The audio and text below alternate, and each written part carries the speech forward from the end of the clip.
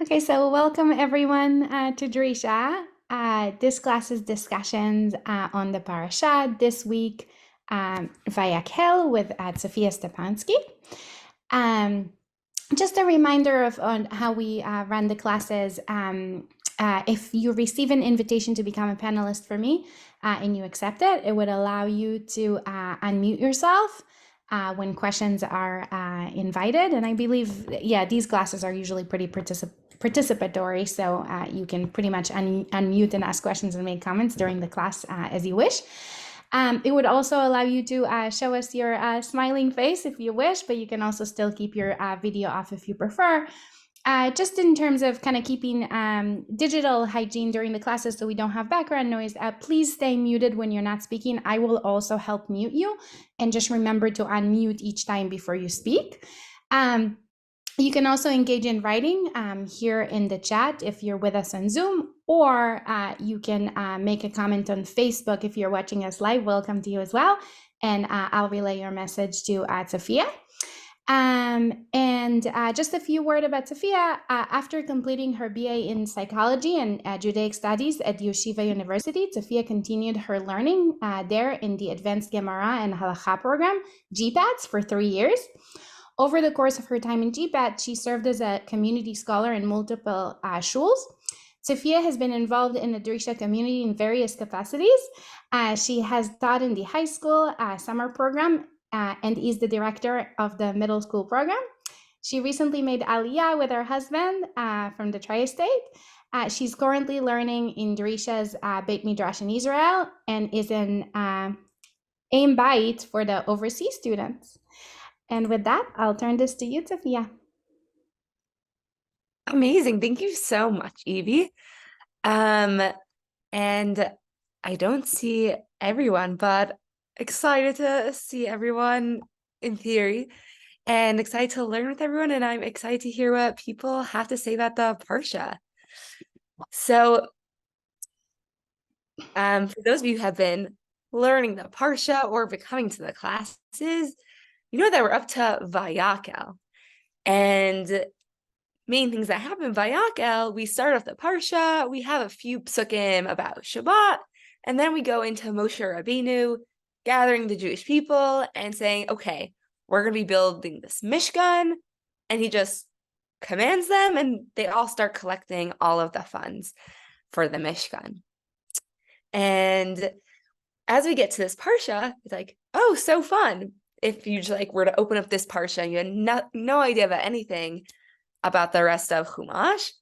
However, if you happen to have ever looked at any part of Chumash before, which everyone here has been part of this class, you know, just 2 parshas ago, we had talked about the Mishkan.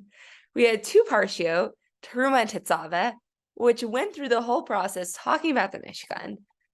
And now it's like, okay, again? So if one has a very narrow-minded look and you don't see beyond that, it's like, okay, great Parsha. But when you look at the greater scheme of what's happening, that something's a little bit weird going on. Why do we just talk about Mishkan and now we're returning to it? So something that I wanted to talk about, at least for the beginning, and also if anyone has any questions at any point, feel free to unmute yourself and talk, is not only in this part of Sefer of Shemot, we have some weird repetition going on, but actually a lot of the Sefer has a very interesting, strange, and I guess intriguing setup. So I'm just going to share my screen. And this has been sent out to everyone also. But if you actually look at our Sefer, something very strange happens where it's Sefer Shemot. When people think of Shemot, people typically think of the blue part, Yetziat Mitzrayim, right? Shemot, there's a big exodus. This is what we talk about. And that's the big chunk of the story of Sefer Shemot. So when people think of Shemot, that's what they think of. But if you look at it, Yetziat Mitzrayim, the blue part, is only a third of the Sefer. And there's actually a lot more that happens. But as you see my beautiful color coordination I have here that my husband Joey helped me with, because technology is not my number one thing, is after Yetziat Mitzrayim, you look and we have this orange, red, and orange. And when it comes to the Har Sinai story and preparing for Har Sinai, the beginning of Parsha Yitro, we sort of get the prelude to Har Sinai. And then we have this big gap, big chunk in the middle of a bunch of different halachot and laws in Parsha Mishpatim. And then after going through all that, at the end of Parsha Mishpatim, we go back to the story of Har Sinai. So a little bit, we have a Har Sinai little sandwich. And when it comes to the Mishkan as well, we also have a sandwich. I mean, the purple's longer than the orange and the reds because they're actually a lot more information and prakim that happen for the Mishkan. So Hashem giving Moshe Rabbeinu the commandment to make the Mishkan takes up 2 whole parshiot, very detail-oriented. Then at the beginning of Parsha Kitisa, we also have a little bit about the Mishkan, about the Kior. And then we have this huge interrupting story of the Chet HaEgel. And then after that, we move on and we speak about them actually going to do the Mishkan.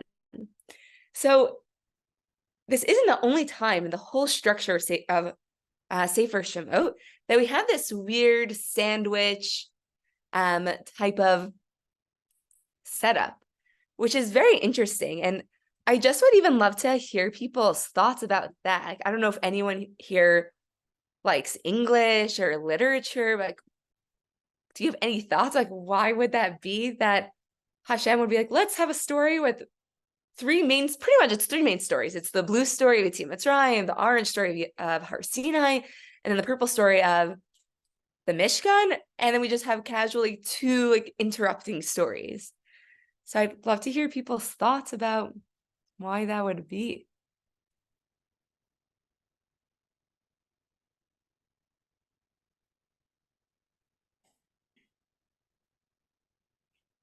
Well, I have a few thoughts, but I'd love to hear about other people also too.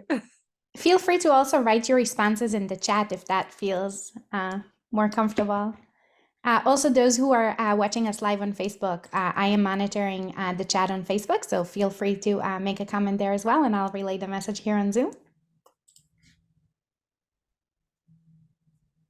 Well, I've also been spending a lot of time thinking about Looks this. like we have a comment. Sorry to interrupt. Oh, okay. You must be alluding to the Rambam. Ah, yes. I will be talking about that. Do you want to elaborate on that, or should I just... No, Joey Levin? Sorry, Crystal. Wait, I see another comment. Go for it, Tzophia. Okay. So I did not major in English. That's as a heads up.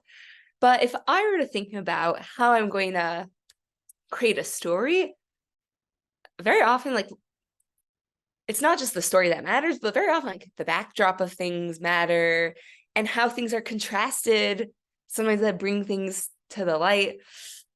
So a person could say, like, oh man, this is just an interrupting story and there's something very weird.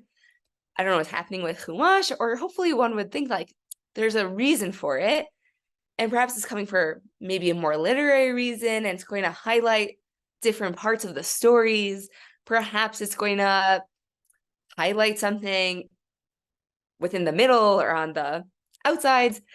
So I wanted to talk today about, as Sarah Crystal typed in under the name Joey Levin, which is there are a few different takes in classical Parshanim on what is happening in the Sefer. So I don't know if anyone's ever heard, but there's this concept called Ein Mukdam U'Me'uchar B'Torah, or Yesh Mukdam U'Me'uchar B'Torah. So this is a debate, and it even comes up in the Gemara, but it's widely attributed. People don't think of it as a Talmudic discussion, but people really think about it as Rashi versus Ramban. So we're going to focus on both how the Ramban explains and sees the story and what's the reason for the weird breaking up of the Mishkan sandwich and Rashi's interpretation. So does everyone have, I'm going to assume everyone has the source sheet, but I could also screen share for a bit. So just in case. So I'm going to screen share. So, right, I showed the beautiful chart over here. And the Ramban has I guess you could say, the more pshat take of it. The Ramban, he says, okay, we have our wonderful story. We have our Yetziat Mitzrayim all the way over here. And after Yetziat Mitzrayim, what happened next? We had Har Sinai. It must be that we had the Tzivoi HaMishkan, the command to build the Mishkan. And what happened next was there was a Chet HaEgel. After we got the command to build the Mishkan, the Jewish people maybe did avodah zarah, maybe wanted to have a physical manifestation of God. They were feeling lost. Big debate amongst Parshanim what was actually happening there. But there's Chet HaEgel, and after Chet HaEgel, we go back to Binyan HaMishkan. So the way that the Ramban reads, I guess, the whole storyline is he reads all this as a chronological sequence. We happen the year 2448, the Jewish people leave Mitzrayim, and then we experience all Yetzias Mitzrayim, and then the beginning few months of the desert. And like that is what's happening here, and everything is in a perfect chronological order. So what the Ramban says, I'm highlighting here, and according to, I guess, the Yashar, the straight way to explain the story is Moshe b'mlechet HaMishkan kodem l'masa ha'egel. The Jewish people were commanded to build the Mishkan before Chet HaEgel happened. And if you just look at our beautiful timeline, that doesn't feel super mechudash, like a crazy new idea that the Ramban is saying. You just look at the Torah. You're like, of course, that makes a lot of sense. We have the Mishkan. Then Hashem tells us what happens next is Chet HaEgel, and then there's the Mishkan afterwards. But it's interesting because that feels like the most intuitive way to read it. But then it begs the question of, well, what's happening? What was happening with the Chet HaEgel story? So how the Ramban continues to explain it on the source sheet, he says, what happens after they got the commandment? Chet HaEgel happens, and then continue to share my screen. Then what happens? Ukshenitra tzelo hakadosh baruch hu v'hivtichu sheyishresh china to b'tocham. So after Hashem was, I guess, appeased and calmed down, after, I guess, brackets, Chet HaEgel, and Hashem promised that he would keep his Shechina resting amongst them, Bnei Israel. Yada me'atzmo, Moshe Rabbeinu knew shemitzvah hamishkan b'mukoma omedet.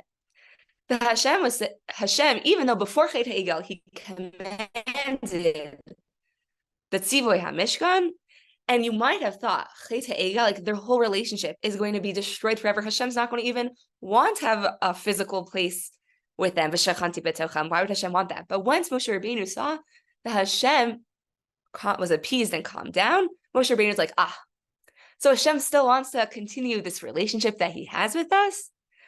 So I'm going to just assume and continue on as if, in a way, nothing happened, and we're going to have the Mishkan to be built. But Tziva Yisrael. And so what happens in Parashah Vayakel? Moshe Rabbeinu commands Bnei Israel Aleha on this. K'moshe Parashti Parashah Vayakel. Right. So this was the Ramban's comment in Vayikra, but we also see a similar thing, a similar comment on this week's Parsha. Once he saw that Hashem was appeased, and he got the second lucho. And Hashem said, I'm going to stay with you. I have this new brit with you. After Hashem forgave them, it's really like they went back to how their original love that they had with Hashem. Just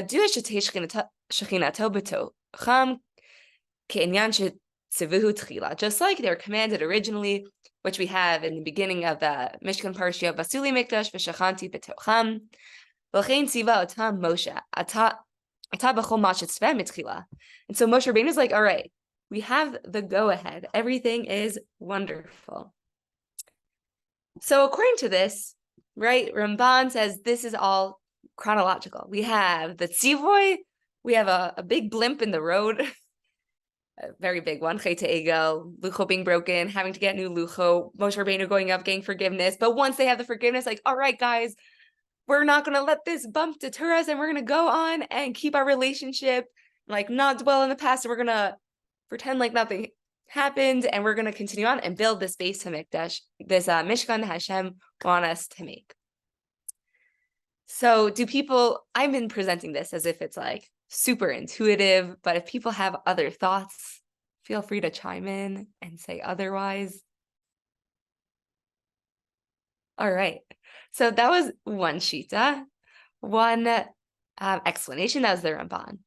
And the Ramban, I sort of skipped, but if you see in the first Ramban that I quoted, wow, he has these like really sharp words. The Ramban actually has so much reverence for Rashi. He speaks about Rashi. He's like, wow, he's like he's like gives the beauty to the Torah. I like read a book today where I started reading about Rashi and his history. It just had this quote of the Ramban speaking about Rashi. He's like, Ramban just has such a deep love for him. But Rashi has a totally different take about, just in general, about Parshanu, about how things work chronologically in the Torah. So why I brought the Ramban on Vayikra specifically at first is because he was commenting on how Rashi explained part of Sefer Vayikra, and just for me to highlight this harsh words, where pretty much Rashi, who doesn't believe that Torah is necessarily chronological, he says, "V'lo menafok divrei Elokim chayim." Why would I like invert the words of God? Like, why would I put everything on its head?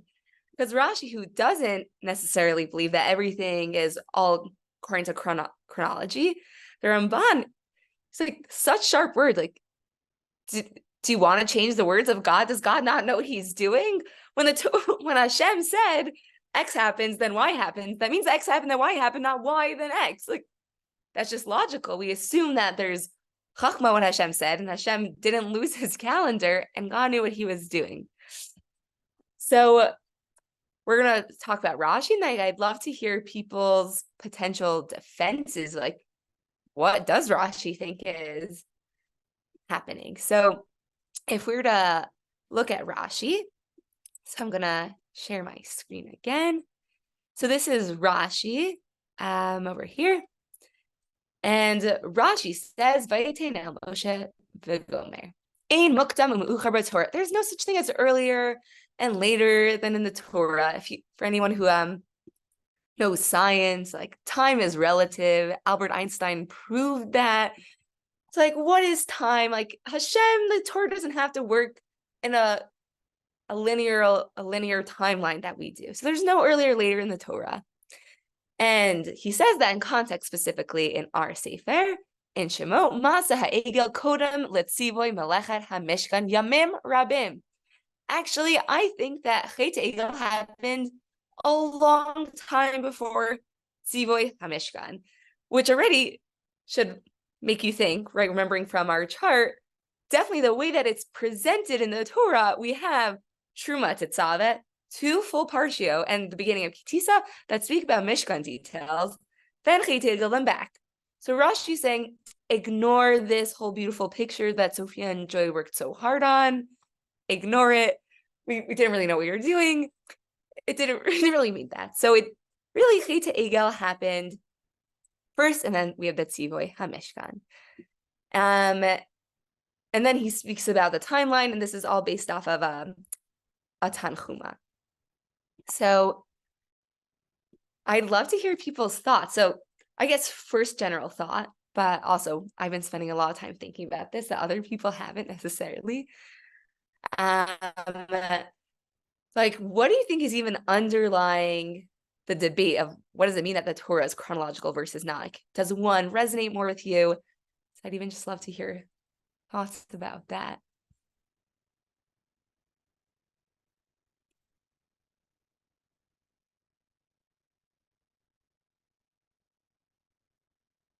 Well, I'm happy to share We my have thoughts. Oh, yeah. Are there just two? something in the chat. What about the preface to Sefer Shemot by the Rambam?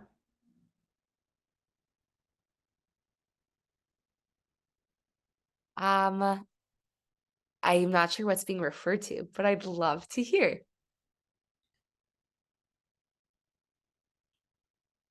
Joey, do you want to unmute? Here, let me see. Oh, I see. It looks like, okay. Joey wasn't connected to the audio, so. Hmm. All's good. Oh, The question, Oh, it looks it's, like Ruben, yeah. yeah, obviously the Ramban, if I seem to recall correctly, in the Haktamat Sefer Shemot is what is the purpose of Biniyat HaMishkan, and what is Sefer Shemot in terms of like Sefer HaGeulah. And that, based upon that understanding, sets the tone, that how the Ramban sees the Tziva Mishkan, the Chet HaEgel, not like Rashi, that you have, they move the Chet HaEgel beforehand. That's what I'll so, say. well, my real question was not specifically about them, but just of the idea of the Torah being chronological or not. Does one feel more intuitive? That was the question. Tzophia, you have movies, books where there's a deja vu, so it's no biggie to have something that is slightly, might be slightly out of order, but the Rashi goes, I won't say bonkers, and he has to, ein muktam meuchar. And we know that the Ramban preferably does not like to use that tool. Yes. That's all. So this is my father. So I'm just going to say Abba, but that is not my father's legal name. But so what my Abba is saying is this idea or this tool about chronological, how time reference is being used is not always so obvious or given in all contexts, right? You can find the idea of flashbacks being used as a tool for stories or dreams. Like there's all these different with a watcher experience something, and they could be done thoughtfully. You're saying the Ramban clearly doesn't agree with it, but you're saying it's not so crazy to imagine a world where things that aren't chronological because they're just different tools that are being used. And I totally agree and hear. Do other people have things to say? Yeah, Sarah. I think it's Sarah, still, Fiona. oh yeah. It can pose like a bit of a challenge if you don't take this the presumption that everything is written in order unless explicitly said, explicitly stated in the Torah, because then at that point it's like if you're just reading it and there's no indication of what happened when, it'd be hard to be sure of anything or any order of events in the Torah, even like within a story. It'd be hard to keep track and make sure you're actually you've got your mind around the timeline of events. Okay, so what you're saying, Sarah, is there's this type of writing style called an unreliable narrator. And sometimes if you like read a book with an unreliable narrator, like how do I even trust anything that's happening? How do I live a world where I don't know if I step on the ground, if I'll just like sink into the earth, or maybe I'm gonna start flying? Like, how do you live your life with like no clear expectations? Maybe like this wasn't actually a conversation where really like three conversations happening different places. And as a reader, it would just make more sense for the status quo, for everything to continue from normal timelines. So those are two, I think, very legitimate ways in thinking about the two different ideas. So the question is, so I guess I presented the Ramban as the more intuitive way, but I think they both are going to be really important. Like they both clearly have underlying premises. So like it is, I mentioned it's based on the discussion, the Gemara, and Sarah alluded to the idea that unless things are explicitly said that they're out of place, so the Ramban does agree there are times where things are out of order, but that's because there's an explicit mention of it. But otherwise, the stam assumption, the regular assumption you should have is things are according to the plain order. So, right, according to the plain order, we have Mishkan, and clearly according to the Pshat, the Mishkan happened, was like at least commanded. Then we have the Chet Egel, and then we have Bniyah HaMishkan. So according to that framing, according to the Ramban, so even just like the picking up on how he phrases it, I read it before, but I think it's actually just really beautiful how he describes. All right, so before I do that, is part of the title is a question of parshanut or also machshava, right? You could just say, is this how a person thinks? And like, I just want things to be in order. Or maybe behind it, there's also some real machshava, like it's going to lead to totally different reads and experiences of the story. So the way that the Ramban's going to read is, if we're having Tzivoy Mishkan, Hashem said, I want to rest amongst you, Jewish people, my special people, Asuli Mikdash v'shachanti b'teucham. Then we have this dramatic change and break and schism in their relationship. And then there's Bniyah HaMishkan. So how the Ramban speaks about it is, that I mentioned before, is it really sounds like, imagine you're dating someone and then you break up with them, right? Like Moshe broke the lucho, like there was Chet Egel, everything was over, right? Imagine you have your engagement ring, you like throw it on the ground, you're like, take it, I don't want it. It's over, I'm done skis. You probably wouldn't say it like that. It's a very casual way to say it. But once they got luchot shniyot, in a way, it's like, oh, here, take the engagement ring back. Like, I want to have this physical way to express that we're still in a relationship together. And that was through the luchot. And what happened is Moshe Rabbeinu was like, if Hashem's giving us the ring back and saying, no, I want to have this committed relationship. He uses language, B'karat imo brit chadasha. These second luchot are a new covenant, a new engagement ring. And then Hashem's like, I'm going to be with you. And then Moshe Rabbeinu is like, like they went back to how things felt originally, right? And the original intent was Hashem wanted them to have a house together, a relationship together. And that's what happened. And this is something that I've actually spoken with some friends about in the past. So for the Ramban, he's saying, there's Tzivoy and Mishkan, schism, breaking up of the relationship, and then Bniyah Mishkan, and the relationship is coming back together.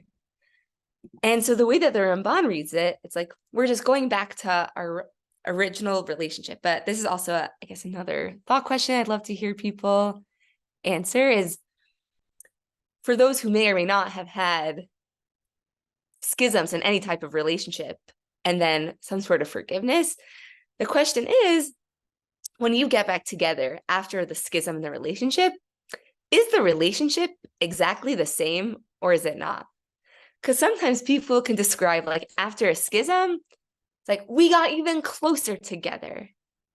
Some people could say, like, I don't know if we were closer, like, things were like different. Like, we didn't have the same type of easy friendship or, I don't know, love-struck relationship because things became more real with this schism. So I don't know, when people think of tension in any type of relationship, like, and then forgiveness, like, how do people typically think of or view the getting back together in the end?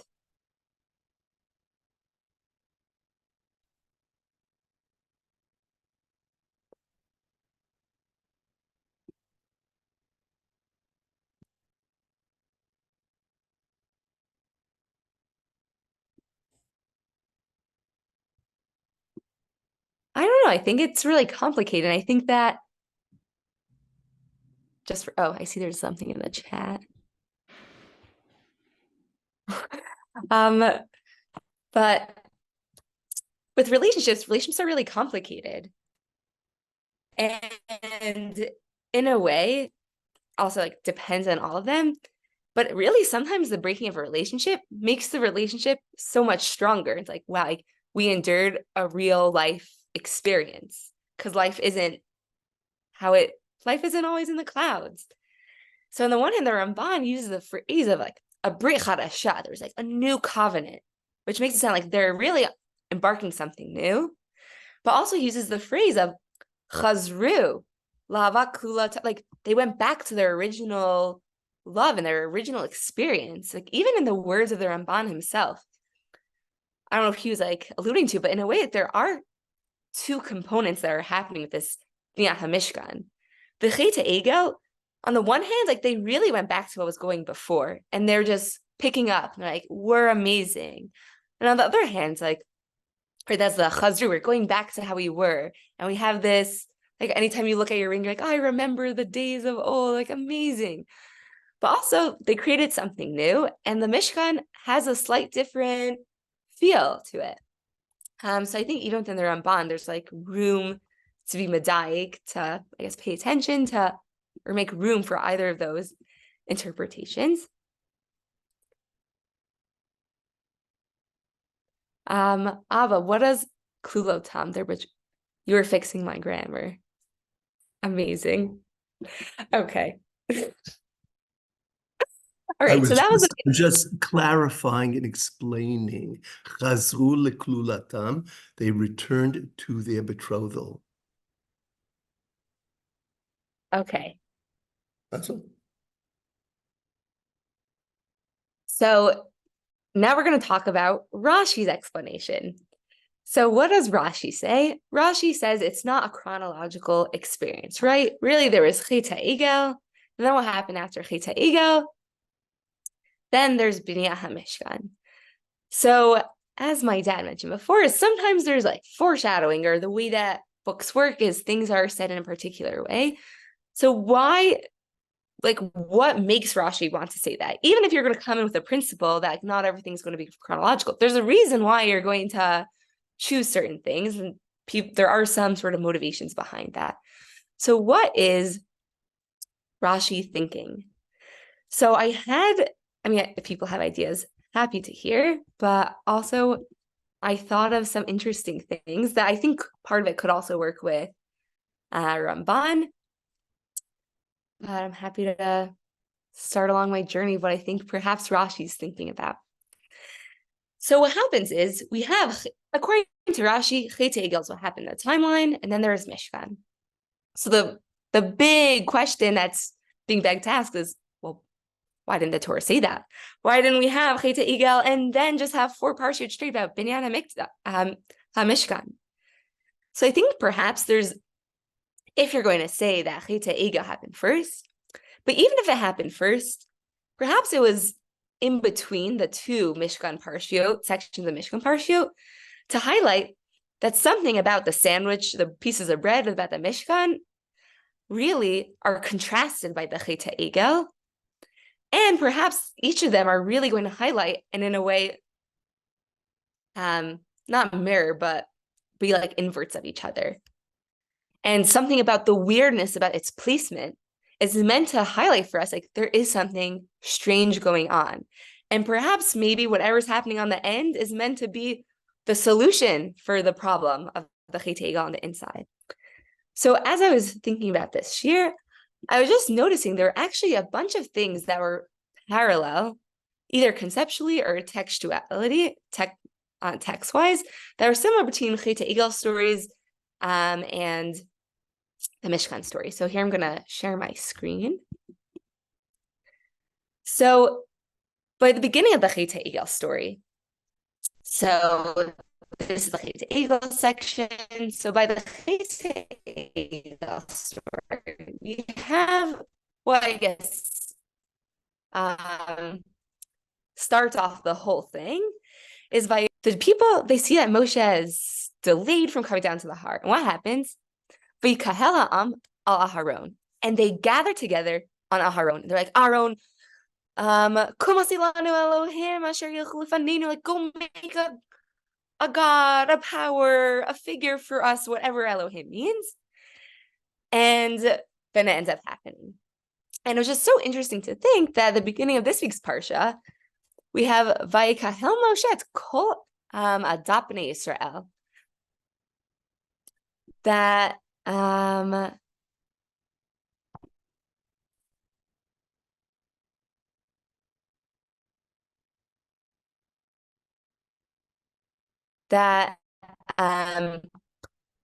Rabbeinu gathers them all together.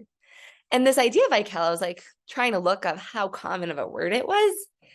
And it wasn't like uncommon, but I just thought it was like a stark, interesting thing to notice, like that really like one parsha to the next, we're having this gathering happening. But the difference is, what was the gathering? The gathering that was happening was like for something bad, like we want to replace God or we need some other manifestation. And here, once they got the forgiveness, Moshe Rabbeinu was like, I'm going to gather you. But so that was one thing I noticed about that verb, which I thought was just not the most common. Another one, something that happened in the Chet Egel story. What does Aaron says? He says, Aaron, take out these golden nose rings. And he says, I want you to take them from your ears. So they're not nose rings, they're earrings. Take out earrings from your wives and your sons and your daughters of Eli and bring them to me.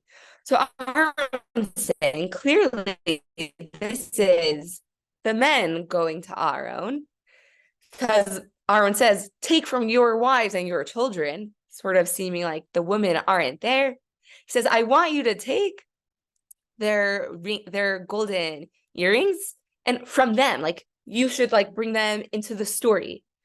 And when it comes to the Mishkan, like after Moshe Rabbeinu says, everyone come, we're going to have this Mishkan, like if anything, the men were joining the women and they were bringing kol nadiv lev, whoever had a generous heart.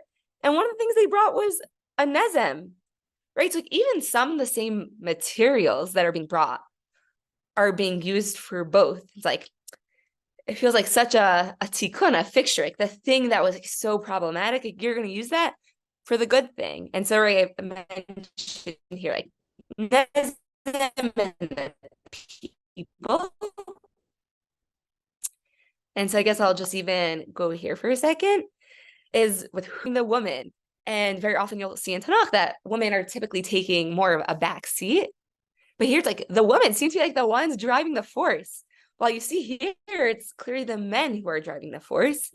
And there's actually this really beautiful midrash that I really liked, that I brought, which is Dan Aaron din beino levein atzmo. Aaron was making some sort of judgment calls in his head. Amar, he said, Im ani omer l'Yisrael, I say to the Jews, specifically the men, Tznu li kesef v'zahav, give me gold and silver. Miyad heim mivi'im, they're going to give it to me immediately. I know it. Ella, however, harini omer lahem, but if I tell them, Tznu li nizmei nisheichem, give me the earrings of your wives, unizmei v'neichem v'notechem, or of your children, ve'vei hadavar batal mimenu, the whole thing's like not going to happen. The whole thing's going to be batel, it's going to be nullified. I know they're not going to want to give it. And in Aaron's mind, he's like, they're not going to give it because they just love their clothing. They love their jewelry. It's gold, it's so precious and expensive. And so Shimu, so that's what Aaron was thinking. But Shimu hanashim, and the woman heard this, velo kiblu alehem, litain nizman lebalehem. And the women, they heard about this, that they're supposed to give all of their golden jewelry to their husbands. They're like, Lo Shema, like they did not want to be part of it. So you might say, it's because they love their jewelry so much, but really that's not why. The continuation of the midrash, Ella amru lahem, they said to their husbands, Atem ratzim laso shakutz v'toiva, like you want to do this disgusting, despicable thing. She'ein bo koach lahatzil lo shemu lahem. So the woman, right? So here when it comes to the Chet Egel, it's all the men coming through. Like they're the ones who want it. And the woman are asked to be involved, but they don't really want to be involved. When you see it compared to what's happening in our parshas, it's really like a whole team effort. Everyone equally wants to be involved. And another parallel I want to speak about is in the Chet Egel story, when Moshe comes down from the mountain. Yoshua is sort of waiting there to greet him at the end of the mountain. Vayishma Yoshua et kol ha'am bereo. Yoshua hears like there's like some sort of commotion going on in the camp. And what does Yoshua say? He says to Moshe, Kol melchama b'machane. It sounds like there's this like sound or this voice of fighting in the camp. So there's like a lot to say about that Yoshua is waiting in the mountain. He doesn't really know he clearly doesn't know what's happening in the camp of the Jewish people, because Kol Melchama, that's not what's going on. If anything, they're like partying, going crazy about the Chet Egel. But clearly there's the Machaneh, there's Har Sinai, and Yoshua is so far away, and he like hears this like crazy loud ruckus, and there's something going on. And we know there it's like some sort of joyous thing, that they're tumultuous joy. Now they have an Egel Zahav, an Elohim perhaps, and everyone's freaking out. And when it comes to our Parsha, it says, Vayitzav Moshe, Vayavir kol b'machaneh leimor, Ishvisha al yasu od melacha letruma kodesh vaykleh ha'amevi. This is after Moshe Rabbeinu commands all the Jewish people, come, everyone bring all of their stuff. Anyone who wants, who has Nedivat Libo, wants to give, has this desire to give. And it really was like, if you want, you could. Not like anyone's being forced to. If you want, you could. And they got so many things. The pasuk before it says they have so many things. And Moshe had a command. And he also, once again, what happened? There was this kol b'machan. Moshe Rabbeinu had to make this like huge announcement. But what's happening here? Not milchama, not this negative, tumultuous excitement thing with Chet Egel, but he had to stop. Like, guys, you are getting so excited about giving this to the Mishkan. Like, we don't even need this anymore. And there had to be this like intense sound going through the whole Machna, this huge announcement. Like, everyone, you can stop. And I was just, as I was like thinking about this, like the different parallels, I was just feeling sort of inspired of really perhaps what's happening over here, according to Rashi, with the Tzivoy HaMishkan, is really Chet Egel happened first. It totally did. But then there are just so many problems in how the people treated it, how they reacted to it, because all of it was manifesting towards one thing, which is the Chet Egel, which was bad. We had a few Parashah before in Parashah Mishpatim about like not creating Elohei Zahav and doing Avodah Zarah, which perhaps they may or may not have been doing, but either having this physical manifestation, which was supposed to be like not Hashem or Hashem with a body or whatever it was, that was like so antithetical to what Hashem really wanted. And really the Mishkan is meant to be the tikkun, the total inversion of that. We want you to do all those same things. We want you to have this, but we want it to be manifested towards the right way, not towards physical manifestations of Hashem in like a not Hashem approved way or an Avodah Zarah way. Like, fine, you want some sort of physical manifestation of having a Hashem in this world. You want something maybe more concrete. Like, we're going to do it my way. And you know what? We're going to have everyone, yeah, you could even opt in. And everyone, we want it to be that everyone wants to be opting in and no one's being forced to. And just seeing like, wow, like all the things that they were doing by Chet Egel, it wasn't inherently, I guess, bad, but it just was directed towards an unhealthy, wrong way of Avodas Hashem. And the Mishkan is like the right way to do it. And the Rambam actually has this idea a few times in a few different mitzvah halacha ways.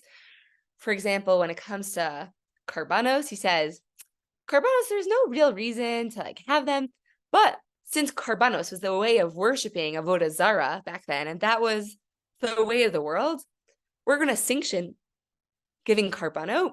But once you're going to give karbano, we want you to do it the right way. We want you to do it the Hashem way. In a way, this Binyan HaMishkan is Hashem saying, okay, do you inherently need a physical manifestation for a Suli Mikdash V'Shachanti B'Tocham that I have to like physically be here? Like, maybe inherently no, but like, you're human. Like, this is how you want things to be. Like, great. But I want you to do it in like a really kosher way. So those were my main thoughts, and I'll do a little bit of summarizing. And then if people have questions, I'm super happy to hear.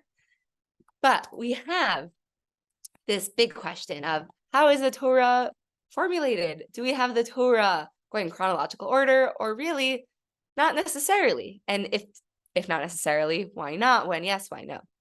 So according to the Ramban, it really seems to be that, no, the Torah goes according to chronology. We have March, April, May, June, July, August, September, October, November, December, January, February.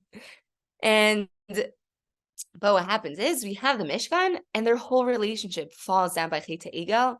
But after the tshuva process, there's a forgiveness and perhaps an ability to go back to the relationship, perhaps like it was before, chazru to how they used to be, or perhaps Brit Chadashah, there's going to be a new feeling to the relationship, or maybe even both, that there's room for both feelings in the new the new Mishkan. Or the way that Rashi sees it is, no, there is Chet HaEgel. That's what happened first. And what I'm suggesting is perhaps it's placed in the middle to show that they're inversions of each other. The Mishkan is the solution to the problems that happened by Chet HaEgel. The men were gathering to do it, and they were gathering, but for the wrong reasons. And the women didn't actually want to be involved. They're like, we don't want part of this. And what's the opposite way? The way that Hashem actually wants things to happen is the Mishkan. And that's the solution and the tikkun for all of the problems that they actually were having. So those were my thoughts on, I guess, these bunch of Parshio. So I guess it's really technically a 5 Parsha shir. But if people have any thoughts or questions, I'm happy to hear.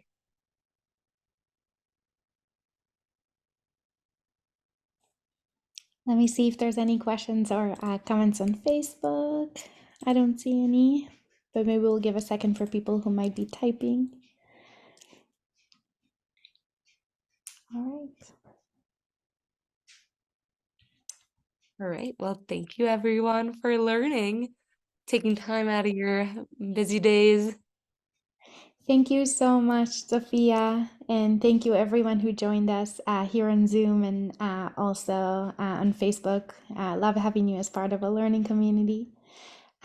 Just a few announcements that this Sunday, Rabbi Silber will be teaching Mishnah in depth, Masachet Nedarim at 1 p.m. Eastern. This class is a continuation of the previous Mishnah in depth classes, following the Mishnah Yomit schedule. Also next week for this class, Rabbi John Kelson will be teaching on Parashat Pekudei. For people joining from outside the US, just a reminder that the US is switching over to summertime next week. So if you're in Israel, the class will now start at 6:30 p.m. until the end of March. And